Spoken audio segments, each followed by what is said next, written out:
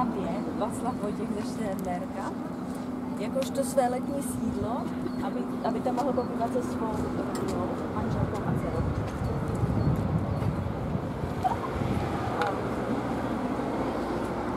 Autory projektu byli Giovanni Domenico Orsi a Jean-Baptiste Mattei a tu stavbu celou měl na starosti Silvestro Karolán.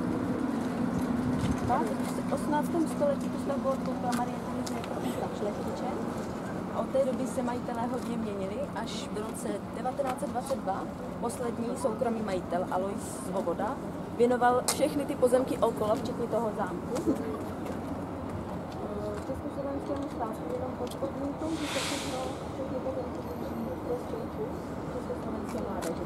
Samozřejmě předpokládalo, že se tu vybudují komplex škol, internátů a podobně, jenže to se nikdy nestalo. Místo toho se tu postavila botanická zahrada a zoo, a i když se ministerstvo